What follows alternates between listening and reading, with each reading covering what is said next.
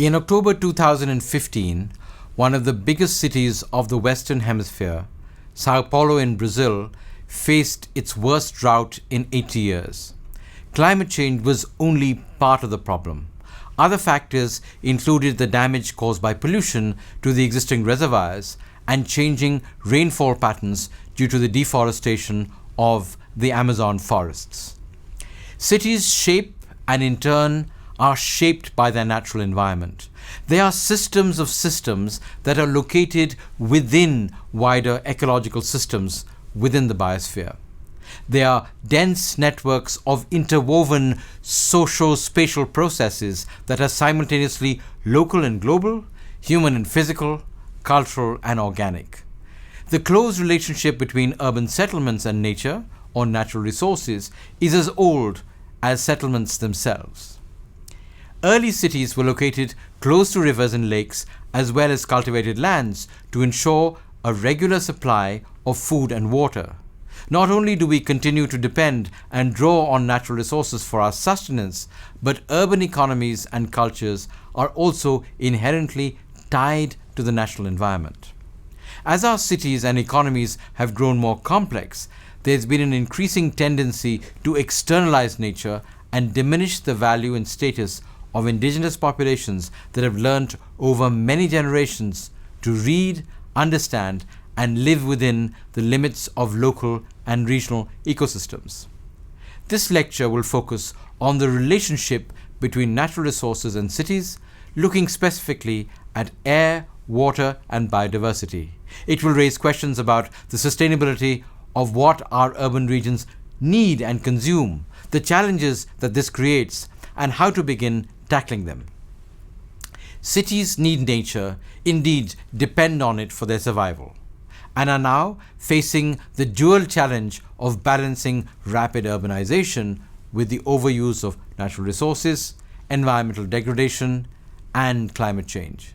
Cities, like all other human systems, need to follow basic ecological principles in the medium to long run to be sustainable.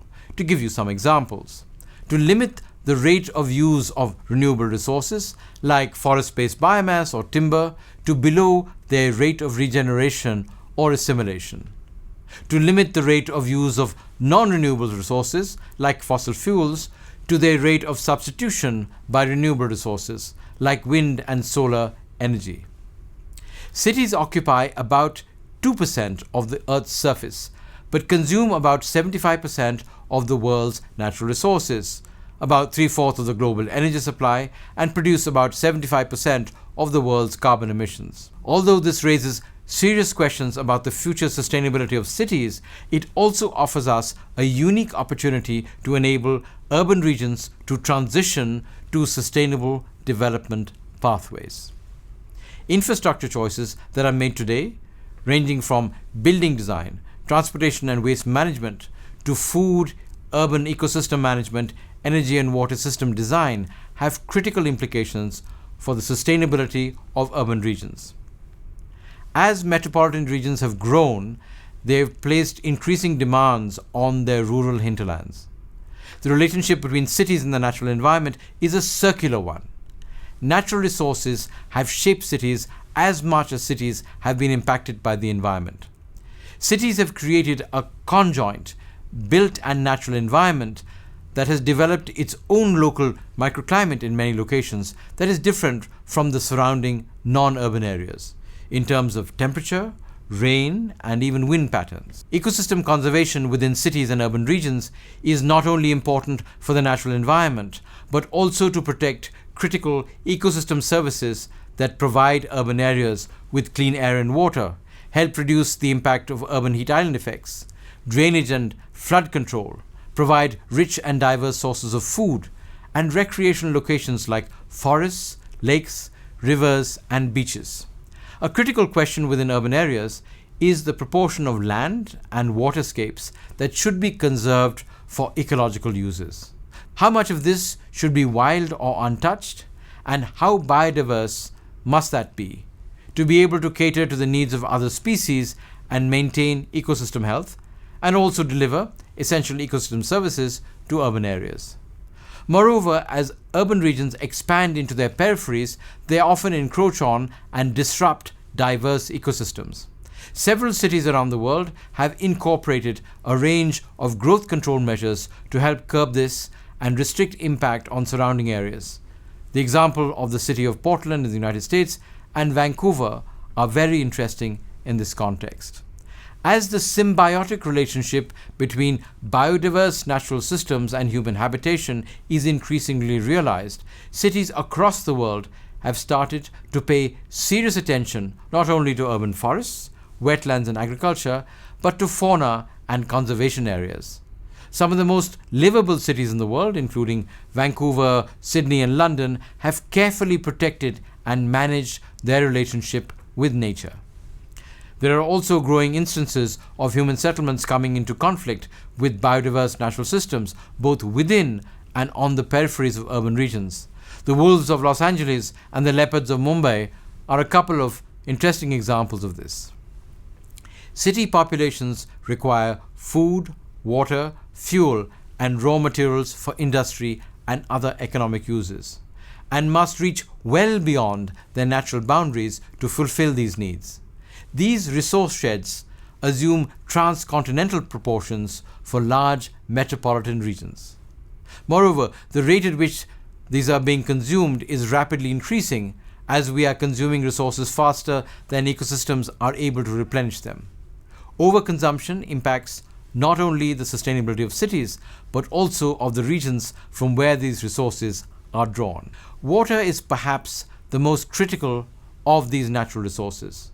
Early cities were located close to water sources or devised technology that would enable them to store or access reliable water supply throughout the year, whether this is the elaborate irrigation projects of the Mayans or the Bauris or step wells of Rajasthan and India.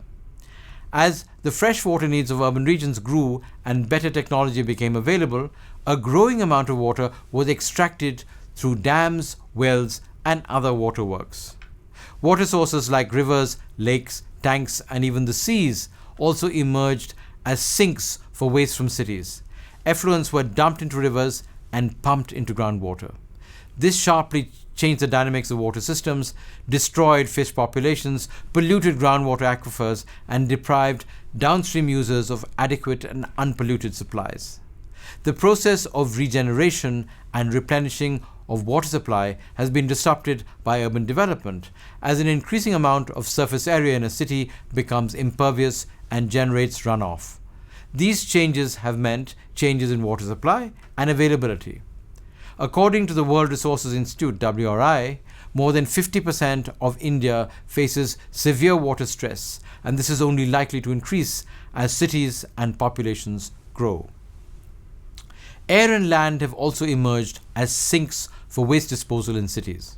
According to the World Health Organization (WHO), over 80% of urban residents are exposed to unhealthy air quality that exceeds WHO limits. Air pollution seems to come from a range of sources, ranging from emissions from fossil fuels to large-scale construction activity and biomass burning. The critical thing about air pollution, however, is that its effects are not localized or limited within urban boundaries. Air pollution not only causes severe health conditions, including respiratory diseases, but also affects crop patterns and rainfall. According to the latest WHO Ambient Urban Air Quality Update, outdoor air pollution has grown an amazing 8% in the last 5 years, with fast-growing cities in the Middle East, Southeast Asia, and the Western Pacific among the most impacted. They show levels that are 5 to 10 times above WHO recommended levels. The top 5 polluted cities in Asia, according to WHO estimates, are Delhi, Beijing, Islamabad, Kathmandu, and Dhaka. Outdoor air pollution causes more than 3 million deaths annually, more than malaria and HIV/AIDS combined, and is now the biggest single killer in the world.